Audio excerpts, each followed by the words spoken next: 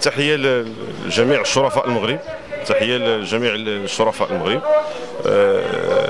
تنظيم الجمعية المغربية لحقوق الإنسان فرع الناظور وكافة فروع في المغرب تخليدا لليوم العالمي للاحتجاج، وقفة احتجاجية تنديدية وترفض قرارات المنع التي تطال مجموعة من الفروع ومن ضمنها فرع الجمعية المغربية لحقوق الإنسان.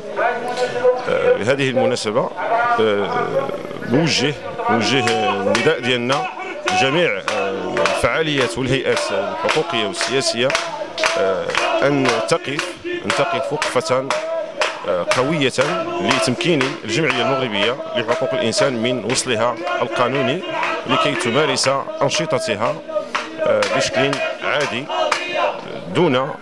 دون وقوع أي مشاكل مع السلطات المحلية. وتحية. إذا تحية هذه الوقفة اللي كديرها الجمعية المغربية لحقوق الإنسان في هذا اليوم كتأتي في واحد الإطار ديال مجموعة الوقفات كينظموها واحد الشبكة ديال الجمعيات اللي ممنوعة من حقها في التنظيم. هذه الشبكة اللي غتنظم مجموعة الوقفات من ضمنها طبعا الجمعية المغربية فرع ديال الناظور اللي كيدير هذه الوقفة أمام البشوية ديال اقليم الناظور للتذكير بان الجمعيه منذ ولايتين لم تتحصل على وصولات ديال الايداع، بالرغم من انها كدير ملفاتها القانونيه وكتحترم المساطير، الا ان القائد ديال الدائره الاولى كيرفض انه يشد الملف بمبرر انه كاينه تعليمات.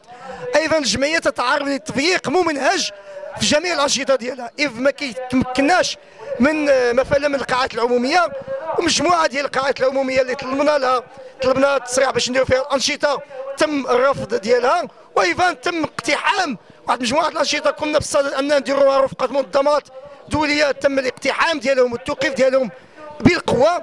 ايضا ما نتعرض له الجمعيه ومناضلين الجمعيه بشكل مستمر من قمع ممنهج من طرف السلطات هنا ومن طرف بعض العناصر ديال البوليس، لا سيما اثناء الاشكال ديال الحراك الشعبي. ايضا هذه الوقفه احتجاجا على ما يتعرض له النضالات الشعبيه بشكل عام، خاصه ما يتعرض له الحراك الشعبي بالناظور، اذ انه يتعرض واحد القمع طبعا اهوج، لا سيما الوقفتين الاخيرتين اللي الصحافه كلها تنقلته اللي ما تحترمش فيها حتى المصادر ديال التجمعات العامه اللي تنتجمع عليه مجموعه ديال الاصابات منهم المناضلين ديال الحراك الشعبي. ايضا احتجاجا على الاعتقالات التعسفيه من اجل مطالبه باطلاق سراح المعتقلين السياسيين على راسهم معتقلين ديال الحراك الشعبي بالحسيمه وايضا بالجراده وبزاكوره وباقي ديال المعتقلين اللي كنديروا هذه المجزره القضائيه بين قوسين تركبات في حقهم. وايضا كناشدوا عموم الشعب المغربي والمواطنين والمواطنات من اجل اننا نستمروا في النضال من اجل انهم يطلقوا هذه المعتقلين السياسيين، ومن اجل انه تحترم الحريات العامه في هذه البلاد وتمكن كل اطارات مناضله من اشتغال ديالها بشكل طبعا عادي جدا. وتحيه لكم على التغطيه ديالكم، شكرا. الكرامه في المغرب وفي كل مكان، والجمعيه المغربيه لحقوق الانسان. الكرامه في المغرب وفي كل مكان، الجمعيه المغربيه لحقوق الانسان. وبغيتنا الكرامه في المغرب وفي كل مكان، والجمعيه المغربيه لحقوق الانسان. وبغيتنا وهي كلمه واحده وهذه الدوله فاسده، وهي كلمه واحده وهذه الدوله فاسده، وهي كلمه واحده وهذه الدوله فاسده. وهادشي مره الدوله كامله وكنا حاقدين، الدوله كامله وكنا حاقدين، الدوله كامله. الجمعيه المغربيه لحقوق الانسان وغايتنا الكرامه، عداله اجتماعيه، حريه الكرامه، عداله اجتماعيه.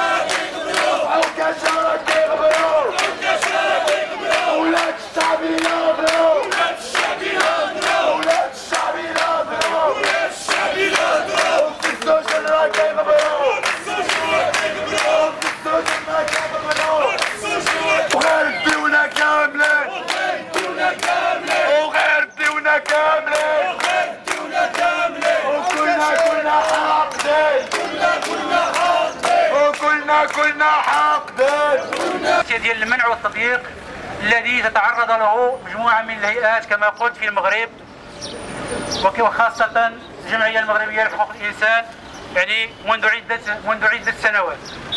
هذا المنع والتضييق يتجسد عبر مجموعة من الإجراءات اللي قامت بها وزارة الداخلية ضدا عن القانون وخارج أي تشريع وخارج أي قانون وخارج أي قوانين اللي هي القوانين ديالهم يعني لا يحترمونها. من بين هذه الخروقات الأساسية ديال المنع هو رفض تمكين فروع الجمعية المغربية لحقوق الإنسان من حقها في التنظيم عندما تجدد فروع الجمعية مكاتبها أو تؤسس مكاتب جديدة. ترفض السلطات ديال وزارة الداخلية إما تسلم الملف القانوني أو عندما تتسلم الملف القانوني يعني ترفض تسليم الفروع يعني الوصول المؤقتة ديال التأسيس، وهذا طبعا خرق قانوني حتى القوانين الوطنية.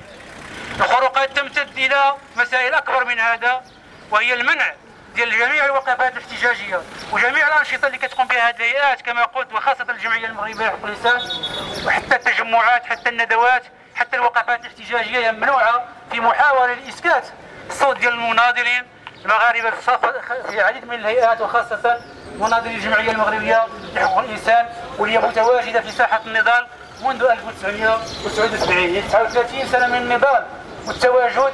تريد وزارة الداخلية وتريد الدولة أن تسكت هذا الصوت المناضل. والاحتجاج حق مشروع والمخزن مالو مخلا، والاحتجاج حق مشروع والمخزن مالو مخلا، والاحتجاج حق مشروع. طبعا فرع الجمعية المغربية لحقوق الإنسان بالناظر والعديد من الهيئات المحلية هنا تعاني من هذا التضييق كذلك. تعاني من التضييق. فرع الجمعية عندما جددنا الملف قائد المقاطعة الأولى تسلم منا الملف ولم يسلم لنا لحد الآن يعني الوصل المؤقت ديال الاشتغال ديالنا كفرع. إلى جانب ذلك يعني لاحظتم خلال الأشهر كلها اللي ماضت يعني منذ الحراك الشعبي المبارك يعني بالريف عدة وقفات احتجاجية وعدة مسيرات يتم القمع ديالها بشكل شرس من طرف القوى العمومية يعني خارج إطار قانوني. هناك قمع ديال جميع الوقفات الاحتجاجية يعني بشكل بشع وتدخل يعني قاسي جدا من طرف السلطات الناشطين ديال الحراك، وخاصة في الوقفتين الأخيرتين سجلوها المناضلين ديال